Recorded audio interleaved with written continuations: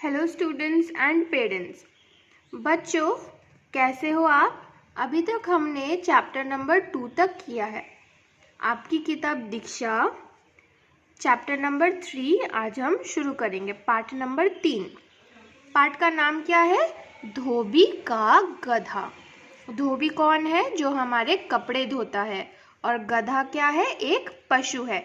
तो धोबी के पास क्या था? एक गधा था। उसी के ऊपर यह कहानी है। तो चलिए पहले कहानी को पढ़ते हैं और समझते हैं। किसी गांव में एक धोबी रहता था। धोबी कहाँ रहता था? गांव में। उसके पास एक गधा था। धोबी रोज सुबह गधे पर कपड़े लादकर नदी पर ले जाता और शाम को कपड़ों का गट्ठर लादकर लौटता। धोबी क्या करता था? धोबी रोज सुबह गधे पर कपड़े लादकर नदी पर ले जाता। वो अपने गधे पर बहुत सारा कपड़ा लादकर, मतलब कि उस पर रख कर ले जाता था। कहाँ? नदी पर। और शाम को कपड़ों का गट्ठर। गट्ठर मतलब एक बड़ी सी गठरी, यानी कि एक बड़ा सा पोटली में कपड़ों को बांधकर लौटता था। दिन भर बेचारा गधा भूखा रहता। धोबी गधे को खाना नहीं देता था। दिन भर बेचारा गधा भूखा रहता। शाम को धोबी उसे थोड़ा बहुत खाने को दे देता। इससे वह गधा काफी दुर्बल हो गया। अब किसी को खाना नहीं दोगे तो वो क्या हो जाएगा? दुर्बल। दुर्बल मतलब कमजोर। तो क्योंकि धोबी गधे को खाना नहीं देता था, उससे क्या हुआ कि गधा कमजोर हो गया।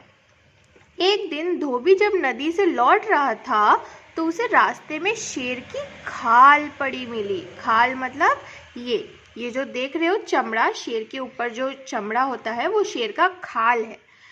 खाल पड़ी मिली। धोबी ने उस खाल को उठा लिया। धोबी को शेर का खाल मिला। वो क्या किया? उस खाल को उठा लिया। अब वह सोचने लगा कि इस खाल का क्या किया जाए, खाल से क्या करें। सोचते सोचते उसके दिमाग में आया कि मैं यह खाल गधे को पहनाकर खेत में चरने के लिए छोड़ दूं। सोचते सोचते धोबी को क्या ख्याल आया कि वह गधे पर यह खाल लादकर कहाँ छोड़ दे? खेत में। क्या करने? चरने के लिए। इससे क्या होगा? सभी को यह लगेगा कि यह गधा नहीं है, यह शेर है, और सभी इससे डरकर भाग जाएंगे। इससे लोग इसे शेर समझेंगे तथा वे भय मतलब डर, भय के कारण इसके पास भी नहीं आएंगे। इस तरह इसका पेट भर जाया करेगा। अब धोबी तो उसे खाना नहीं देता था, तो अब उसको खाना कहाँ से मिले? वो क्या करता था? शेर का खाल पहनाकर खेत में छोड़ देता था और शेर के डर से कोई भी गधे के पास नहीं आता था और गधा जी भर कर चढ़ लेता था। धोबी ने जैसा सोचा था वैसा ही किया। जैसे ही रात हुई उसने गधे को शेर की खाल पहनाकर खेत में छोड़ दिया। गधे ने रात भर मजे से फसल चरी। सुबह होने से पहले ही धोबी उसे पकड़कर अपने घर ले आया। अगले दिन खेत के मालिकों ने देखा कि कोई जानवर उसकी फसल चर गया है, तो उसे बड़ी चिंता हुई। वे रात को देखने आए कि कौन जानवर ऐसा करता है। जैसे ही उन्होंने शेर की खाल पहने हुए उस गधे को देखा तो वे भय के कारण भाग खड़े हुए। बच्चों, जब लोगों को पता चला कि उनके खेत में कोई जानवर रात को सारा फसल चर गया, तो उन्होंने क्या किया? अगले दिन वेट किया और रात को वो खेत में गए देखने के लिए कि कौन उनका फसल चर रहा है। उन्होंने क्या देखा कि एक गधा शेर की खाल पहना है। उन्हें तो पता नहीं था कि अंदर में गधा है, वो सोचे शेर है, इस कारण वे डर गए। अब धोबी प्रतिदिन अपने गधे को खेतों में छोड़ आता। लोग शेर के भय के कारण घरों से बाहर नहीं निकलते थे। कुछ ही दिनों में गधा फसल खा खाकर खूब मोटा ताजा हो गया। धोबी भी बड़ा प्रसन्न था, बहुत खुश था।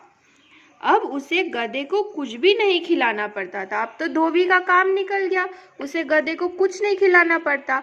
गधा शेर का खाल पहन के खेत में खाने चल जाता था। एक रात गधा खेत में फसल चर रहा था। आकाश में पूरा चंद्रमा निकला हुआ था। चारों ओर खूब चांदनी फैली हुई थी।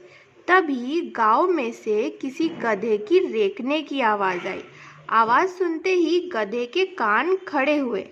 एक गधा जब दूसरे गधे का आवाज सुना तो उसके कान खड़े हो गए। उसने भी मुंह ऊपर किया और जोर जोर से रेंकने लगा। खेत के मालिकों ने जब उसकी आवाज सुनी तो वे समझ गए कि वह शेर नहीं, शेर की खाल पहने हुए गधा है। फिर क्या था? वे अपने हाथों में लाठियां लेकर दौड़े। वे बड़े गुस्से में थे। क्यों थे? क्योंकि उन्हें उल्लू बनाया गया था, बुद्धू बनाया गया था, है ना। गांव वालों को बुद्धू बनाया गया था। गधे को शेर की खाल पहनकर खेत में भेजा जाता था, इसीलिए वे बहुत गुस्से में थे। वे बड़े गुस्से में थे। उन्होंने गधे पर दनादन लाठियां बरसाना शुरू कर दी। लाठियों की मार से गधा कुछ ही देर में मर गया। इसके बाद वे धोबी के घर गए और उसकी खूब पिटाई की। बाद में उन्होंने उसे गांव से भगा दिया। धोबी को अपनी करनी का फल मिल गया। कैसी करनी? धोबी ने क्या किया? गलत काम किया। उसने लोगों को बुद्धू बनाया। अगर वो लोगों को बुद्धू नहीं बनाता तो ना ही गधा मरता, ना ही उसे गांव से निकाला जाता। मनुष्य हो या जीव, सभी को अपने द्वारा किए गए कार्य के अनुसार ही फल मिलता है। जो दूसरों के बारे में बुरा सोचता है उसका स्वयं ही बुरा होता है। अतः इस कहानी के माध्यम से हमें यह समझाया गया है कि हमें कभी भी किसी के लिए बुरा नहीं सोचना चाहिए। अगर हम किसी के लिए बुरा सोचेंगे तो वह बुरा हमारे साथ भी होगा। आज नहीं, कल नहीं, परसों होगा, किसी ना किसी दिन ज़रूर होगा। इसलिए कभी किसी का बुरा मत सोचो, अच्छा सोचो, अच्छे से रहो। मिलते हैं अगले क्लास में।